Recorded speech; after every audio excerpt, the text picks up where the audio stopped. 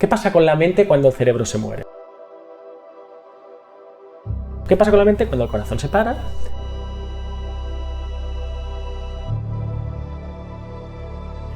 ¿Y si el ser humano, cuando nos estropeamos y morimos, toda la información que hay en nosotros no muere, sino que va a la conciencia? Si empezamos a pensar que ahí donde no hay sello científicamente, eso ni es verdad, ni lo será, ni existe, caemos en un error. Entonces ahí también hay algo complejo en cuanto a cómo exploramos estos límites. La ciencia yo creo que puede y debe explorar todas estas experiencias, estos fenómenos, y tratar de ir todo lo lejos que pueda. Pero también ser humilde y decir, igual llega un momento en el que no puedo ir más allá. El ser humano tiende mucho a que si yo no lo comprendo no existe. Como no le puedo explicar, pero claro, no somos conscientes seguramente de que nuestra visión y nuestros sentidos nos permiten ver un trocito muy chiquitito de las cosas, de la realidad, del universo. Demuéstrame que me quieres, ¿no? Científicamente. ¡Qué absurdo! Y eso no quita que no haya correlatos, hormonas, neurotransmisores. Oye, ¿podemos andar otra vez en esta ambivalencia sana de decir, queremos saber más, pero al mismo tiempo lo que nos falta por saber y lo que nunca podremos saber es mucho? Piensa por ti mismo. Wake up. Yo me equivoco más seguro porque hablo de ello mucho y no sabemos. Pero lo que a mí me gusta es poner opciones sobre la mesa. Sobre todo cuando hay un monocultivo, que se nos ha contado durante mucho tiempo, la única manera de concebir la relación entre mente y cerebro, ¿no? O entre consciencia y cerebro. Y podríamos entrar, yo creo que ahora no vale la pena entrar en distinción entre consciencia, mente, y si te vas a Oriente, por ejemplo, su psicología tiene muy claras las diferencias, es como si entráramos a hablar ahora entre diferencia entre alma, espíritu. Es complejo, pero hablemos de este difícil matrimonio, también le llamo así, ¿no? Entre la mente y el cerebro, ¿no? Hay, por un lado, lo que percibimos, nuestra experiencia, nuestra percepción, para no hacerlo tan abstracto, ¿no? Lo que tú ahora mismo estás percibiendo, sintiendo, cuando estás hablando conmigo, cualquier persona, ¿no? Nuestra experiencia subjetiva, esto por un lado. Y por otro lado hay este objeto muy curioso, que está dentro del cráneo, que es el cerebro. El cerebro humano y el cerebro de otros animales. También habría que ver el cerebro de otros animales e incluso otros organismos que no tienen cerebros, que igual también tienen percepciones, ¿no? Tenemos estas dos cosas, mente y cerebro, ¿no? Y por nuestra herencia cartesiana, desde Descartes, en la que se hizo esta separación, que también hizo Galileo, ¿no? Hablábamos antes de experiencia, experimento, ¿no? Lo objetivo, lo subjetivo, ¿no? Se separaron. Hubo una separación de bienes, que digo yo, ¿no? Hubo un divorcio forzoso y una separación de bienes. Y se dijo, bueno, la ciencia, la física va a estudiar lo objetivo y lo subjetivo lo dejamos para aquí, se lo dejamos a la religión. Que luego ese biombo se va empujando, como en toda disputa, ¿no? No, yo también quiero el coche, no, yo también quiero la casa, ¿no? Y pasan los años y la ciencia triunfa, ¿no? En muchos aspectos. Triunfa en el estudio de la materia inerte, la física, entiende muchas cosas de la vida, bien, la psicología se pone en marcha, tal, y llega un momento, y este momento se hace muy poco, los últimos 30 años, que en ciencia no es nada, los últimos 30 años, de 400 años de historia que tiene la ciencia, en los últimos 30, quizá más, pero pongamos 100, pero son los últimos 30 donde, digamos, los grandes popes de la ciencia dicen, ahora ya podemos estudiar la consciencia, que es algo que los psicólogos trataron de estudiar y no funcionó, porque esto de la introspección es un poco complejo, es como que mirar para adentro, ¿no? Nosotros lo que sabemos es medir fuera, no mirar dentro, ¿no? Entonces, bueno, estoy dando aquí un brochazo de lo que es la historia de la ciencia y la psicología los últimos 100 años, y entonces los psicólogos, y esto lo sabrán todos los psicólogos que lo han estudiado en la carrera, domina el conductismo durante mucho tiempo, que es la idea de que, bueno, como digo yo, ¿quién es el primo de Zumosol? Es el físico. ¿Qué hace el físico? El físico no habla de mentes, propósitos, el físico mira y manipula, las dos M's, los M&M's, mide y manipula lo objetivo. Entonces los psicólogos dicen, olvídate de la introspección, lo que se pueda medir. ¿Qué se puede medir? el comportamiento, lo que hacen los humanos o los organismos, ¿no? Y se dedican al comportamiento. Pero luego, a mitad del siglo XX, se empiezan a interesar por la cognición, otra C, y hablo de las 3 Cs, el método CCC. Bueno, primero comportamiento, luego cognición. La cognición ya es algo más abstracto, ¿no? La cognición es, bueno, la percepción, la memoria, la atención, estas facultades que se dicen cognitivas, ¿no? Que eso tiene que ver también mucho con la otra C, con la computación, porque empiezan a hacer máquinas para poder descifrar los códigos en la guerra, y eso tiene que ver con los primeros ordenadores, ¿verdad? La historia ilumina hasta dónde hemos llegado, ¿no? Comportamiento, cognición con computación. Ahí se empieza a confundir y ahora llego a tu pregunta, ¿eh? Ahí se empieza a confundir esta idea del cerebro como una computadora, ¿no? Como un ordenador. ¿Qué hace el cerebro? No, procesa información, computa. Bueno, es porque curiosamente hubo un juego aquí del trilero, porque los primeros que trabajaban en computación se inspiraron en la mente humana y en el cerebro para construir esos ordenadores. Y luego se dijo, no es que los ordenadores sean como a imagen y semejanza de la mente humana. No, es que es la mente humana la que en el fondo no deja de ser un ordenador. Esta proyección pasa casi siempre con la tecnología del día, ¿no? Como el menú del día, la tecnología del momento. Siempre tratamos de pensar que las cosas son como la tecnología del momento, ¿no? Hoy, por ejemplo, seguro que hablaremos de metáforas de la nube. La cosa está en la nube. Bueno, antes no estaba la nube y antes se hablaba de central telefónica y el tiempo, si rebobinamos con las fuentes en Francia, se hablaba de que incluso el cerebro iba todo por un mecanismo hidráulico, la tecnología del momento. Entonces, comportamiento, cognición, pero en los años 90 se dice, bueno, esta otra C que estaba prohibida, literalmente, no la podías estudiar científicamente, la consciencia, ahora ya la podemos empezar a estudiar, han cambiado los tiempos, ya estamos preparados, ¿no? Entonces, claro, se empieza a estudiar la consciencia humana, ¿no? Desde muchos ámbitos, desde la psicología, desde la psiquiatría, y obviamente también desde las neurociencias, ¿no? Pero claro, el sistema operativo imperante, tienes el Windows 95 y dices, ¿por qué tengo Windows 95? Ojalá pudiera tener otro sistema operativo. Luego llegan otros, ¿no? Y te permiten hacer otras cosas, correr otros programas, pero bueno, el que había, como era mecanicista, materialista y reduccionista, que yo eso le llamo la Santísima Trinidad, ¿no? Esa Santísima Trinidad, tiene que ser mecanicista, reduccionista y materialista. La única manera de pensar esta relación de pareja entre la mente y el cerebro es que el cerebro, que es la materia, tiene que de alguna forma, quién sabe, producir, crear la mente. La mente emerge del cerebro, no se sabe, como un conejo emerge de una chistera, emerge o la produce, o es un epifenómeno, esta idea de que es como una consecuencia inesperada, ¿no? un humillo que surge de lo que estás haciendo, pero que en el fondo no es lo esencial. Esa es la manera dominante como se ha concebido que es la mente respecto al cerebro. Que el cerebro viaja en primera clase, porque el fondo es materia, y en el materialismo todo está, a fin de cuentas, hecho de materia, ¿no? Y entonces, claro, ¿cómo explicamos la mente? Ahora, cuando por fin nos decidimos a quererla explicar, o a poderla explicar, porque ya se dejaba y era posible estudiarla científicamente, nos topamos con que, ostras, pero si, espera un momento, si la mente la definimos o hablamos o la consciencia como la experiencia subjetiva. Esto es lo más íntimo que yo tengo, que yo como persona, ya no como científico, ¿no? La experiencia subjetiva, ¿no? Y ahora me estoy contando a mí el cuento de que lo más íntimo que tengo es una consecuencia casi fortuita del funcionamiento de la materia. Bien, esta es la visión que piensa la mente y el cerebro de la siguiente forma. El cerebro tiene un rol como si fuera el teatro, tiene un rol principal, eso no hay duda. Luego podríamos hablar también del rol que tiene el cuerpo y otros órganos en la cognición, en el comportamiento y en la consciencia. La influencia del intestino, la influencia del corazón, de la postura, todo eso obviamente influye, pero no hay duda que el cerebro tiene un papel principal, casi podríamos decir el protagonista, ¿no? Y ahora viene el momento crucial. El momento crucial es si ese papel es productivo o permisivo. Y eso uno lo recuerda con las siglas PP, votes a quien votes, ¿no? Papel productivo, P, o permisivo.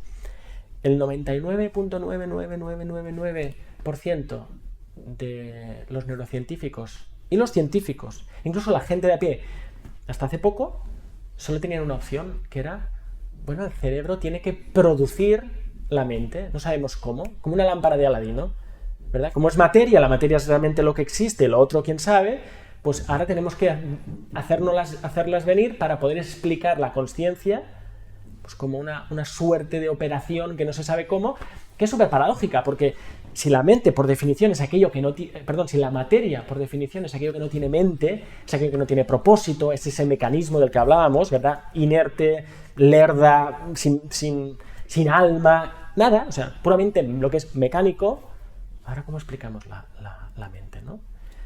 Pero hay otra posibilidad, otra gran posibilidad, otro gran campo de búsqueda, que es la otra P, que es que el cerebro, sí, tiene un rol muy importante, no hay duda. Si yo me doy un golpe en la cabeza me desmayo, si me paso ingiriendo alguna sustancia me cambian los estados de consciencia y hasta puedo estar inconsciente, como una anestesia, ¿verdad? Bien, no hay duda del papel, es que esto soy muy pesado, pero es como, yo no estoy negando, imagínate, como neurocientífico y hago así, ¿no? Como neurocientífico, negar el rol del cerebro en todo esto. No, tiene un rol muy importante, papel principal, se lo damos, pero igual no es productivo, igual es permisivo. ¿Qué significa permisivo? Que en vez de funcionar, insisto, como esta lámpara de Aladino, otra manera de pensarlo, como una máquina de un tren de vapor, ¿no? Una locomotora, el motor de una locomotora que, bueno, produce humo, y tú ves el humo salir y dices, hostia, mira, es la mente. Mira, es una consecuencia. No, el rol es más bien como un filtro.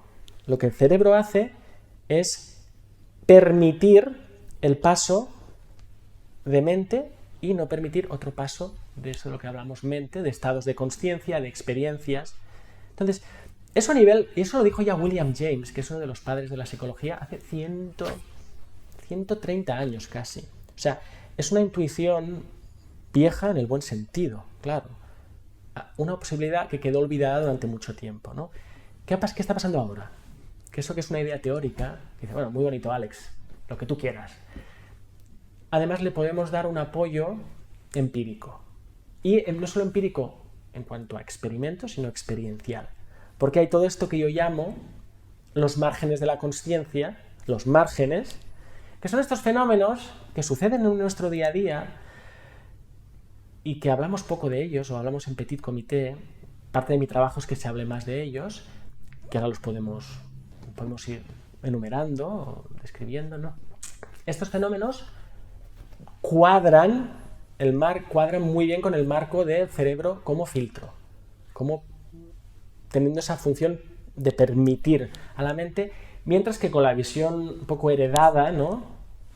de que el cerebro produce, no cuadran. O sea, y entonces ahí pues estamos en un momento muy interesante donde yo creo que está cambiando el peso, donde podemos mirar, y no es una cuestión que solo competa o interese a las neurociencias, a los de las batas blancas y los escáneres cerebrales.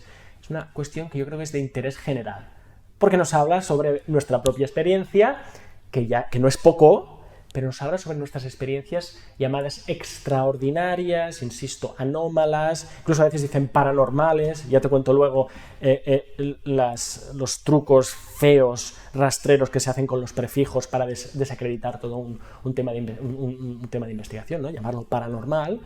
No, estas experiencias son muy normales, son muy ordinarias y son muy naturales. No son extraordinarias, ni son sobrenaturales, ni son paranormales, ni son pseudocientíficas. ¿Ves todos estos prefijos? Yo hago campaña, o sea, campaña contra este truco sucio del lenguaje, ¿no? Para decir, queridos... Te condiciona totalmente. Hombre, claro que te condiciona, porque inmediatamente... Ahora, paranormal ya lo metes en un saco que... Claro, pero...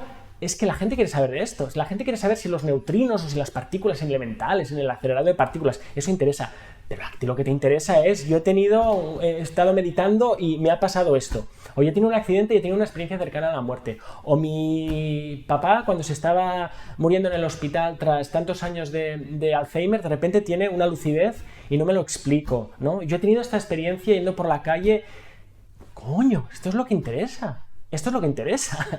Y entonces yo creo que algunos de nosotros estamos dando el paso de salir del armario y decir, hombre, las ciencias también pueden estudiar, no solo pueden, deben estudiar estas cosas y además todos saldremos ganando. Todos menos los que se quieren quedar agarrados, ¿no? Como digo yo, a una neurona ardiendo, ¿no? Y dicen, no, es que otro truco del lenguaje, ¿no? Que a mí ya ves que me enerva, ¿no? La gente dice, esto no es nada más que... la mente no es nada más que...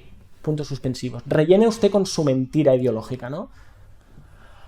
Vamos a darle opciones a la cosa, ¿no? Y insisto, no es porque a mí me venga en gana ver el mundo de esta otra manera, porque tengo wishful thinking, ¿no? Porque me gusta imaginarme... ¿no? Prestemos atención, como decía William James, ¿no? a los datos más salvajes, no sé si esa es la traducción correcta, ¿no? Pero a los datos más crudos, ese empirismo más radical, ¿no? Si nos tomamos en serio la experiencia y el experimento, nos la tomamos en serio, y si estas cosas pasan. No digamos que son imposibles, luego veremos cómo las explicamos. Luego veremos qué explicación, qué marco teórico, qué historia contamos sobre ellas, pero no las podemos apartar. Eso es no solo faltar a la verdad, que suena muy grave, es como infligirse un daño porque son experiencias que son muy importantes. Es que esto es lo que somos como humanos. Es una ciencia más humana, humanista, ¿no? El ser humano tiende mucho a que si yo no lo comprendo no existe, ¿no? Como no le puedo explicar. Pero claro, no somos conscientes seguramente de que nuestra visión y nuestros sentidos nos permiten ver un trocito muy chiquitito de las cosas, de la realidad, del universo, cuando hablamos de querer saber cómo es todo el universo. Pero tío, ¿tú puedes decir cómo es Madrid entero por esta habitación? O sea, yo veo la temperatura de esta habitación, el olor de esta habitación, el color, el tal, la altura, no sé cuánto. Ya puedo constatar que Madrid o España es igual que esta habitación. ¿No? Quizás, pues entonces todo lo que está fuera de esta habitación no existe. Oye, tampoco es eso, ¿no? Entonces, no sé, quizás falta como oye, es que ni una cosa ni la otra, ¿no? Un easy, ¿no? Abrir un easy. Oye, ¿y si hay más allá? ¿Y si pudiera ser así? Aunque no lo puedas también tocar, ¿no? Quizás, no sé. Total. Otra vez, ¿no? El equilibrio, ¿no? Cómo tensamos la cuerda para que el instrumento suene bien. Si la tensas demasiado, esto no puede ser, eres muy lógico, muy racional, y al final te vuelves ilógico y irracional o muy poco razonable, ¿no? Por querer ser demasiado riguroso. Es como estas dos ramas del árbol, ¿no? De Sefirot que hablan, ¿no? En la tradición judía, por ejemplo, ¿no? Rigor, claro que tenemos que tener rigor. Benevolencia.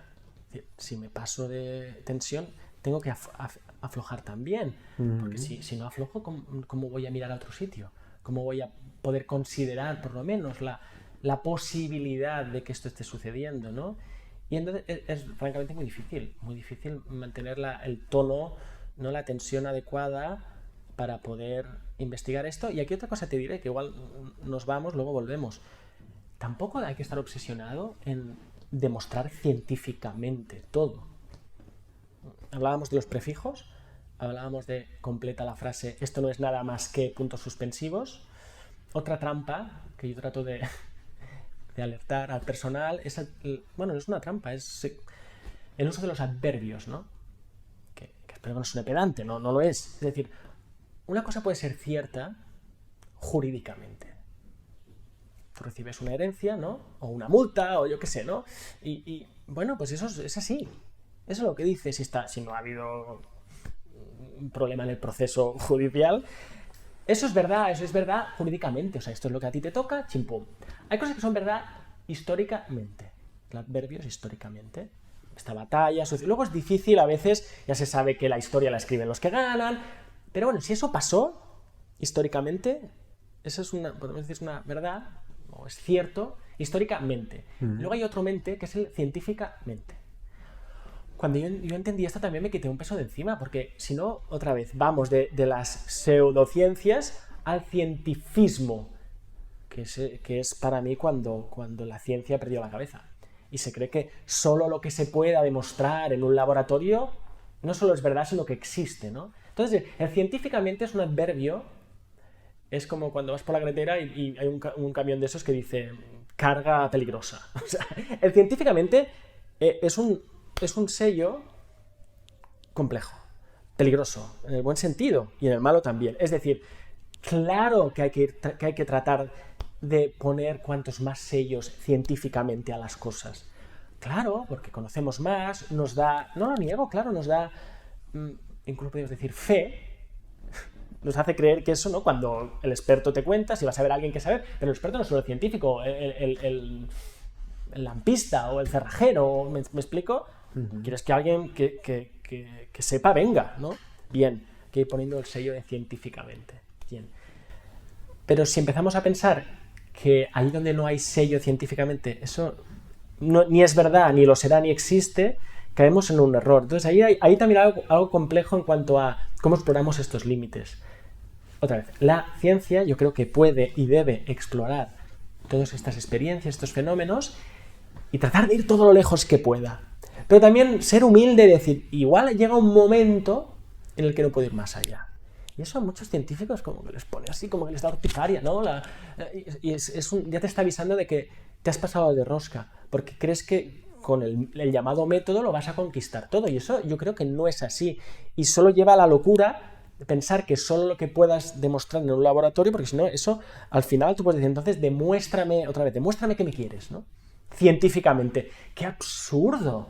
O sea, ¿cómo vamos a ver? ¿Cómo alguien puede vivir perdemos así, un ¿no? poco el foco, quizás, ¿no? A lo mejor de las cosas, porque... Claro, el foco, y eso no quita que no haya correlatos, hormonas, neurotransmisores. Claro, el mundo tiene sus reflejos, ¿no? Entonces, otra vez, entre esta línea de no caer en las pseudociencias, que se utiliza normalmente más como insulto, pero bueno, como las megas, a ver las haylas, las pseudociencias, a ver las haylas, pero muchas veces es un insulto para no poder trabajar y no caer en el cientificismo.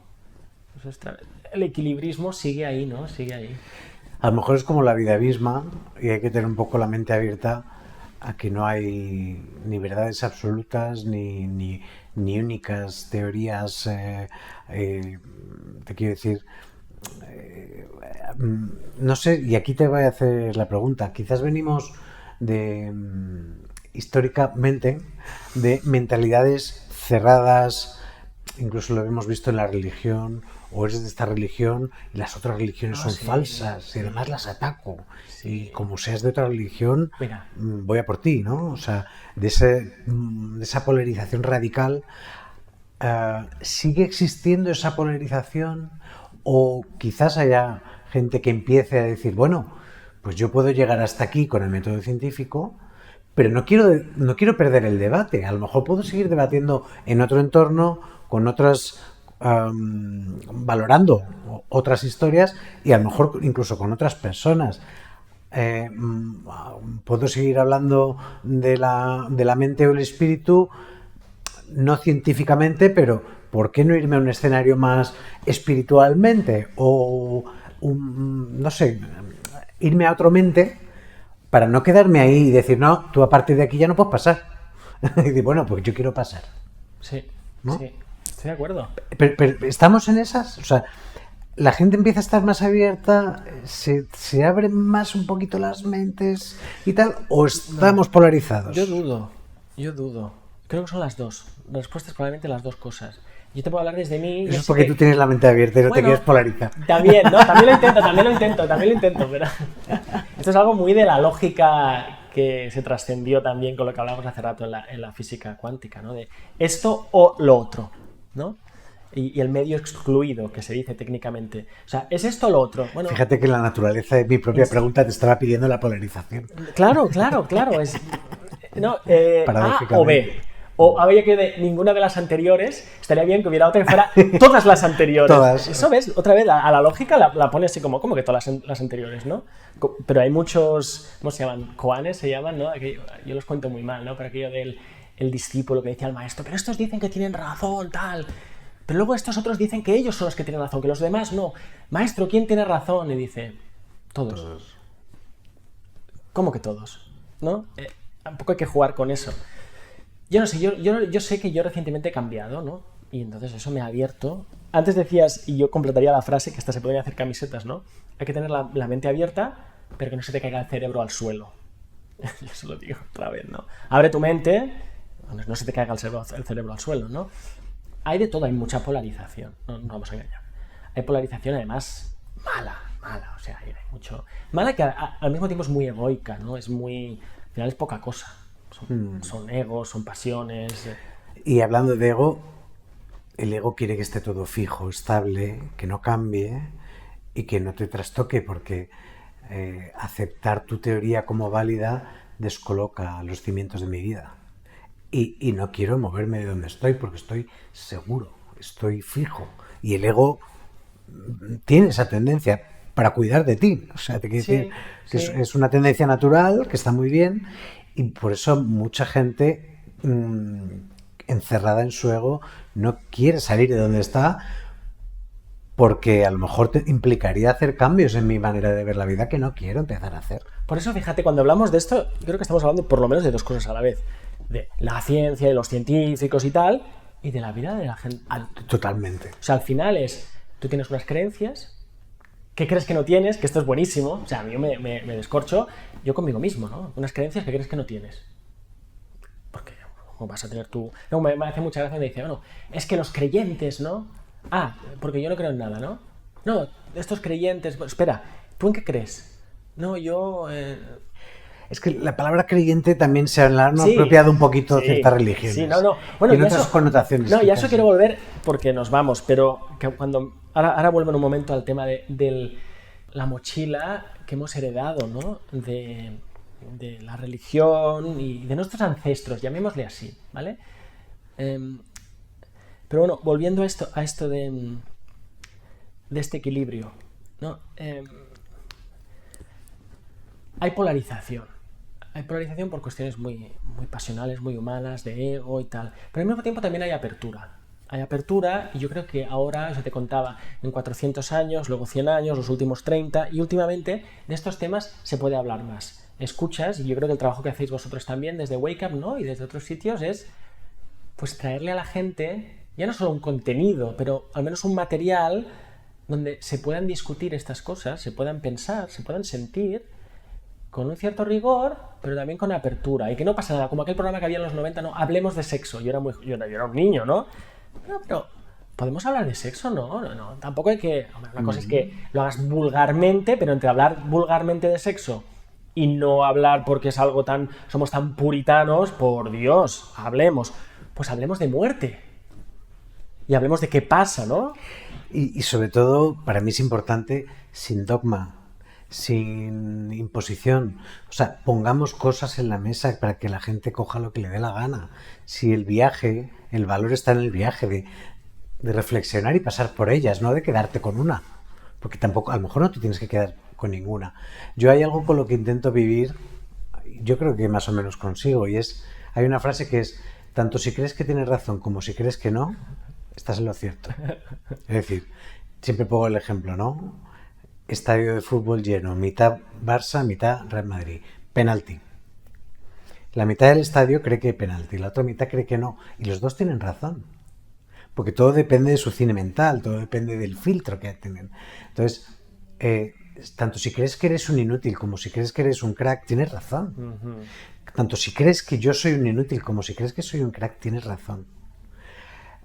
Entonces, claro, dicho todo esto, de repente hay un relativismo en el que de repente a lo mejor no es tan importante casarse con nadie ni comulgar con algo a muerte hasta el día que te mueras, como atravesar diferentes puntos de vista. Oye, pues dice esta cosa, joder, pues a priori ni de coña.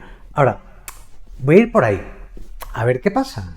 Voy a abrirme de edad, porque no se trata de posicionarte hasta morir, ¿no? Quizás la transformación, la sabiduría, el valor llegue en el tránsito de esas cosas, ¿no? Pero no tenemos sabios, tenemos expertos. Y el experto ha acabado tan hondo para poder profundizar tanto en su metro cuadrado, ha acabado tan profundo que mira para arriba y ya no sabe cómo va a salir de ese hoyo. Y entonces, siguiendo esta otra metáfora, ha acabado su propia tumba intelectual y vital, porque otra cosa que pasa es que tú ya te identificas con tu trabajo, ¿no? Y con lo que has estado, tus ideas, y de ahí ya no puedes salir. Y por eso yo es así como entiendo, ¿no? Esta mala leche, ¿no? Y esto tan visceral, ¿no? El combate, que parece que sea un combate a muerte, ¿no? Cuando en el fondo solo estamos discutiendo ideas, posibilidades, ¿no? Tiene que ser algo mucho más festivo, incluso amistoso, alegre, ¿no? Y fácilmente se convierte en una lucha a muerte, ¿no? Por esa tragedia, que el especialista, ¿no? Que es muy listo, el especialista sabe todo de nada, de esto, ¿no? Fíjate que al final la ciencia es como la vida misma. Otra de mis máximas, que todos son creencias, ojo, es el que no cambia sufre. ¿Cuánto sufrimiento, macho? El negarte al cambio, al ceder un puto centímetro, en el abrirte al, bueno, vale, quizás haya otra posibilidad. Es toda esa lucha por no moverme, por no tal. Es como la personalidad de una persona, el que cree que uno es como es y no cambia jamás. Tiene una vida de sufrimiento garantizada. Cuando todos somos pequeños fotogramas de evoluciones de nosotros mismos a lo largo de un montón de meses, años, días y tal, ¿no? ¿Por qué no? ¿Por qué no abrirse al que las cosas que tienen todo el sentido hoy para mí, quizás mañana no lo tengan? Y no pasa nada. Y no pasa nada, ¿no? Y pasa todo. Y pasa todo. Y vamos a enlazarlo esto con la idea del filtro, del cerebro como filtro, porque además se puede volver a coser por allí, ¿no?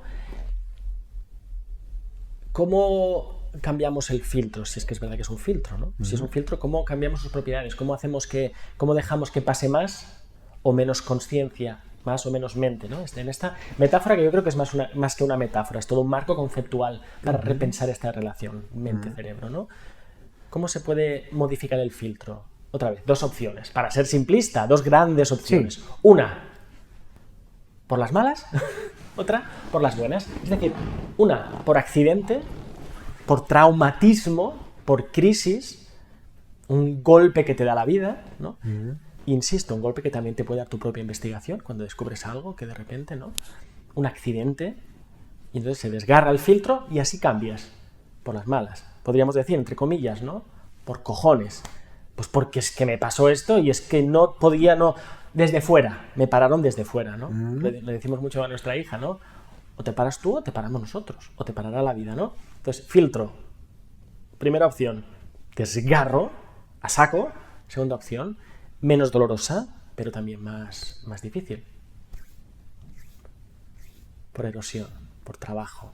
Lo moldeamos, que esto puede ser pues todas las prácticas, podríamos decir espirituales o de meditación o simplemente cosas que a priori no suenan muy espirituales, pero es como salir a hacer deporte o prestar atención a lo que comes, es decir, o tratar de trabajarte a ti mismo, que nos cuesta a todos un montón, ¿no? Podemos hacerlo así suavito y entonces ese filtro va cambiando y así podemos también cambiar nosotros. Que insisto, eso suena como que me está contando este físico de autoayuda aquí, ¿no? Pero es que yo lo veo que se aplica a todo. Bueno, el filtro... Estás hablando del despertar de la conciencia. El despertar. Es un desgarre del filtro. Claro, hay un camino que es salvaje, ¿no? Y cada uno que piense lo que es salvaje para él. Trauma. ¿Y qué hago, no? Una rotura tal y boom. Bueno, y luego puedes integrarlo, si lo sabes integrar, luego lo miras para atrás y dices, ¡guau, qué regalo! Pero menuda me ha caído, ¿no? Y luego hay la otra que es trabajando es más seguro, ¿no? Y es así como...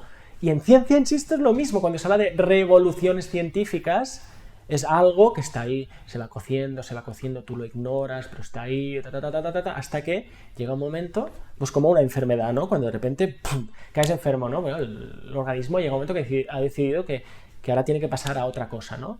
Pues, bueno, ya veremos. Y yo creo que un poco son las dos cosas que nos pasan, ¿no? A veces grandes cambios repentinos desde fuera y a veces desde dentro nosotros tenemos la lucidez un poco de decir, bueno, vamos a ver si podemos trabajar esto por nuestro propio pie y poder cambiar nuestra visión del mundo.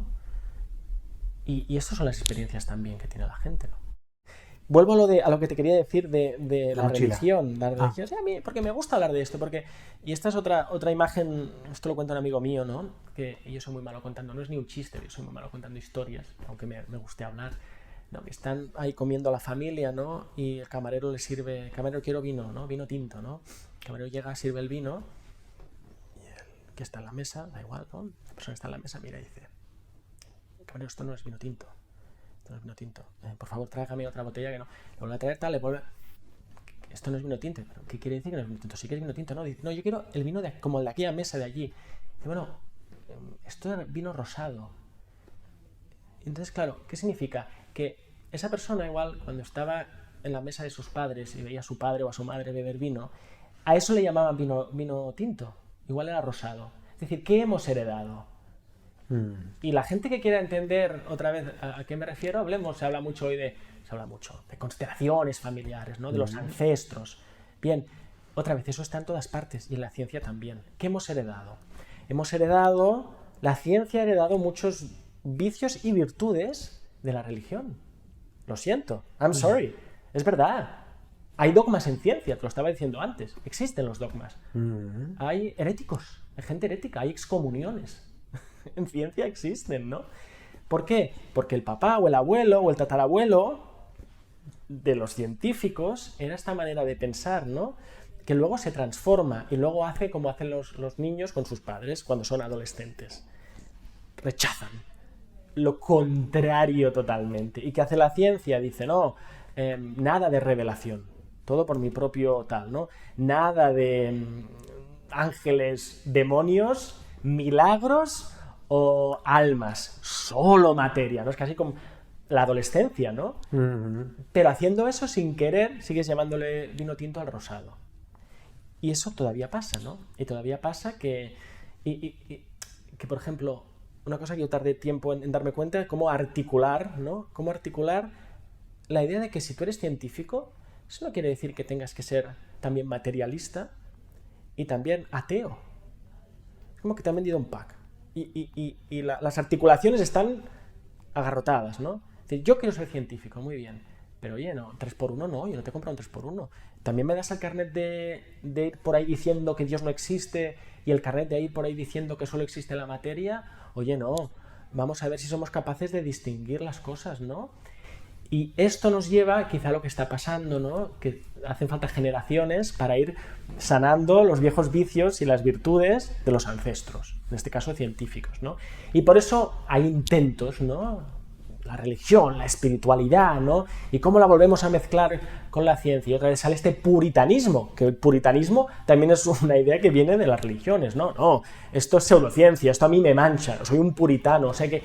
Eso es un análisis también histórico, si quieres, de cómo somos. Pues somos como somos en nuestros tiempos, pero no nos damos cuenta que llevamos muchas mochilitas de nuestros abuelos, bisabuelos, y nos creemos que somos lo más moderno, lo más anti todo, y en el fondo dices, pero si te estás comportando de una manera muy parecida a esos que estás, como decía Freud, ¿no? El retorno de lo reprimido, ¿no? Eso que te dices que no, ¿no? No eres tan libre, no eres tan curioso, no eres tan abierto, no eres tan explorador. Entonces, ¿por qué precisamente te comportas al revés, ¿no? Supongo que a lo largo de la historia del ser humano siempre he pensado lo mismo, ¿no? Estaba imaginando a Julio César hablando de pues, somos lo máximo de la civilización más compleja, la tecnología más puntera. ¿Sí? Claro, ahora hablas de los romanos y su tecnología y queda un poco atrás, ¿no? Pero de alguna manera, no sé si siempre será así, de alguna manera, no lo sé. Tenía una pregunta que hacerte y es... porque antes hablabas de los marcos, de esto no me cabe en este marco. ¿Has llegado algún momento a decir, hostia, acabo de descubrir esto, pero claro, lo que hablábamos de la rejilla, darle una explicación en la vida diaria? ¿Alguna vez has llegado a un momento de decir, coño, es que a lo mejor no nos toca saber esto? O sea, también hay una frase que voy a romper, que esta era de Buda. El ser humano, hay cosas que ignora y que puede conocer, y hay cosas que son incomprensibles porque no tiene la capacidad para comprenderlo. Que no quiere decir que, aunque no tenga la capacidad, no tenga una explicación, pero digamos que es como que el ciego nunca verá un color, joder, porque no tiene vista. No sé si a nosotros los seres humanos nos faltan capacidades para entender ciertas cosas, y no sé si tú a lo mejor en tu día a día o en tu investigación has llegado a un momento de decir, coño, pues es que a lo mejor no me toca a mí entender esto. Esta pregunta que has hecho ha cambiado ahora para mí el feeling de toda la conversación. O sea, he notado como un cambio en... Ahora estamos hablando ya de otra cosa. O sea, menudo cambio has hecho aquí, al menos yo lo siento así. Porque esta es la gran pregunta, de alguna forma. Primero, la puedo tratar de responder en dos fases. Una la Coca-Cola Light y la otra la potente, porque da para atreverse a decir cosas heavy, yo creo. La primera es que a mí me pasa, y no me pasaba antes, porque antes la ciencia que yo hacía era más ortodoxa, era interesante, yo estaba fascinado, yo siempre estaba fascinado, ¿no?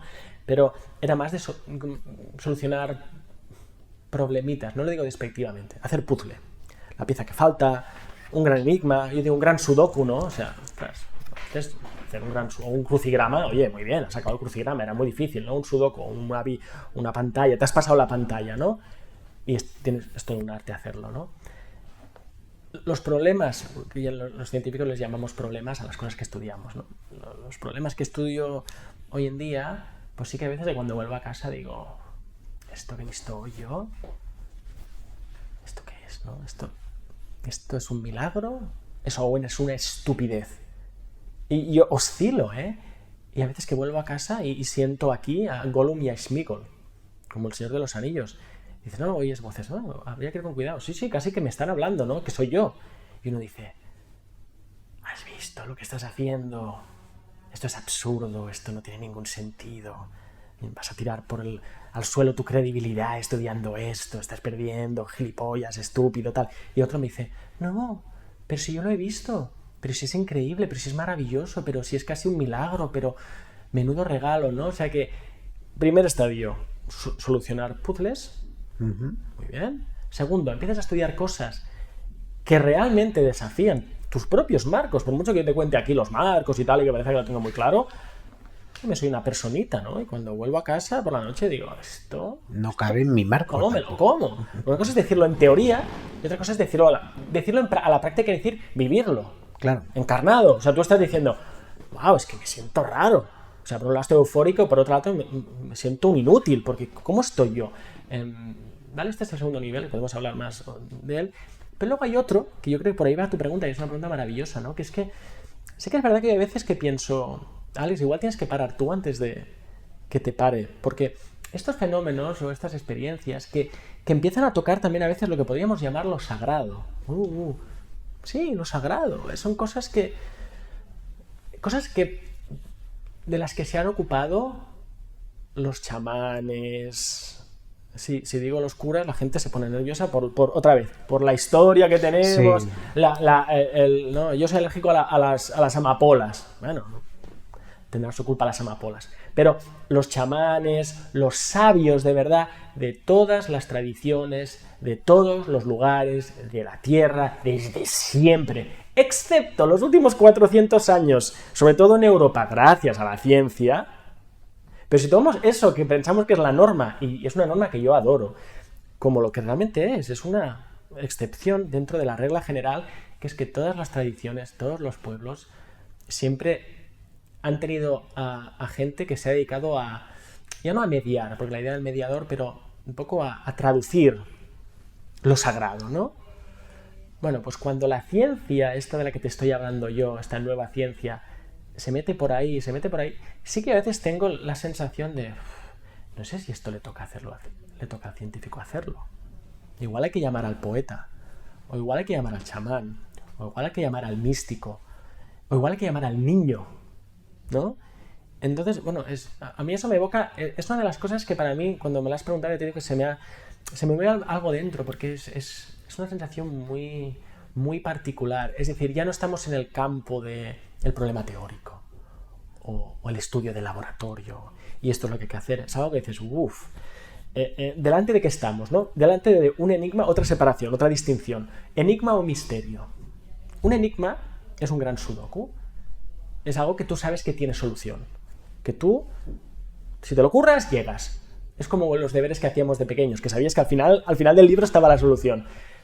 Cuando tú estás investigando algo que sabes que tiene solución, No es lo mismo cuando tú estás investigando algo que no es un enigma, es un misterio. Y que hueles que eso igual siempre te va a sobrepasar. Y entonces ahí, no sé qué palabra utilizar para no alienar al espectador, porque según la palabra que diga, ¿no? Pero claro, cuando estás delante de algo así, que es una sensación, pues lo llamo sagrado, para no llamarle religioso, ni espiritual, y no sé qué, porque al final dicen, no, es que yo no soy religioso. No, pero a ti también te pasa, ¿no? Como cuando estás delante de una obra de arte impresionante, ¿no? O eso te supera por todos los lados, ¿no? Entonces, creerte que tú lo vas a meter... Hablábamos de marcos, otra manera de contarlo, ¿no? Es que incluso hay veces que... Fase número 1, insisto, y perdona por volver, la foto me cabe en el marco, bien. Fase número 2, qué foto tan extraña, no me cabe, le construyo un marco. Siguiente fase, igual aquí no hay marco ya que valga. Si igual soy yo la foto. Igual soy yo la foto que tiene que inscribirse en ese marco, en vez de ser el tío listo que va a buscar un marco para inscribir eso que tengo delante. Pero eso que estoy tratando de decir suena a lo que suena, ¿no?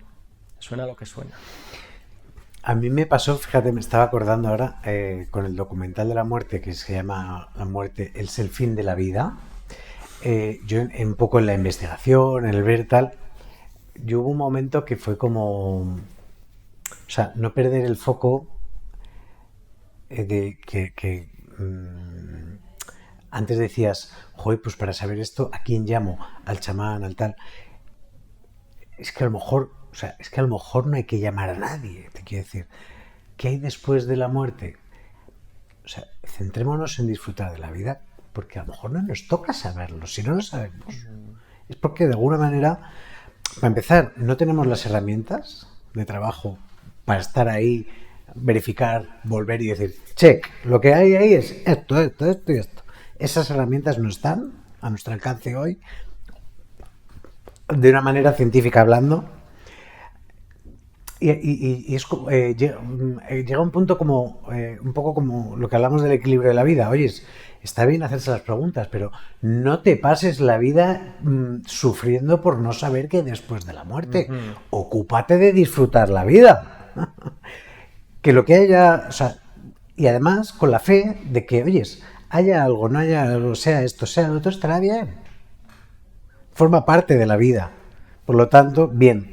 Pero que a lo mejor no nos toca a nosotros tener una prueba científica que diga, es que lo que hay después de la muerte es no sé qué. No lo sé. Ese debate es el que a mí me llega, y yo no soy investigador, pero me hago preguntas. Por lo tanto, me pasa un poco lo... Y yo te diría sí, no. Es un sí y un no. Por un lado, sí. Es decir, igual no toca. Como le dirías a un niño, ¿no? Que te pide, yo qué sé, quiero ver la tele a las 11 de la noche. No toca. La cama. Además, te digo una cosa, nos tocará a todos saberlo. Claro, por eso digo lo del niño, ya la verás. Claro. Ya la verás luego, ya tendrás tiempo, ¿no? Suena un poco paternalista, pero bueno, esta sería una manera de abordarlo. No te pases de... No es tu momento, ya llegará. No lo quieras saber todavía. Que también el misterio también juega con eso, ¿no? El misterio, en contraposición al enigma, no es por mi voluntad, por mis cojones, ¿no? Que es muchas veces como te hablaba que se ha practicado siempre la ciencia, ¿no? Coges a la naturaleza, la metes en el laboratorio y por hágase mi voluntad. Aquí va otro deje, ¿no? Hágase mi voluntad en el laboratorio. Tengo todo controlado. Y ahora yo soy Dios. Y ahora yo hago que el fenómeno se manifieste. Que en el fondo la ciencia en el laboratorio es magia en ese sentido. Yo ahora soy el mago que pongo a la naturaleza a comportarse según mis secretos que yo sé. ¿No? Cierto modo, sí. Pero al mismo tiempo también te digo, esta ambivalencia, es una buena palabra, ambivalencia tiene dos valores, no es que esté confuso, que hay investigaciones, por ejemplo, en experiencias cercanas a la muerte, no hemos hablado casi nada de concreto, ¿no? Podríamos hablar de psicodélicos, podríamos hablar de experiencias de percepción extrasensorial, podríamos hablar de experiencias cercanas a la muerte, ¿no? Claro, algunos científicos también nos estamos metiendo por ahí. Y yo espero no pasarme de la raya, pero tampoco quedarme corto. O sea, lo que te quiero decir es que la ciencia también está empezando a hablar de qué es la muerte o qué podría ser la muerte, qué podría pasar mientras alguien se está muriendo y justo cuando... O sea, por suerte o por desgracia, también puedes estudiar esos procesos, esos fenómenos Y también hay sorpresas, y también hay novedades, y también hay descubrimientos, ¿no? Que dices, pues sí, algo se puede ver por el agujerito de la puerta, algo podemos ver de lo que está pasando, ¿no? No todo, no va a ser revelación, y yo también estoy de acuerdo contigo. Desconfía del que te dice, después de la muerte no hay nada, tú que sabes, y también ves con cuidado con el que dice, aquí te traigo la prueba certificada de que el cielo existe. Oye, ¿podemos andar otra vez en esta ambivalencia sana de decir, queremos saber más, pero al mismo tiempo lo que nos falta por saber y lo que nunca podremos saber es mucho?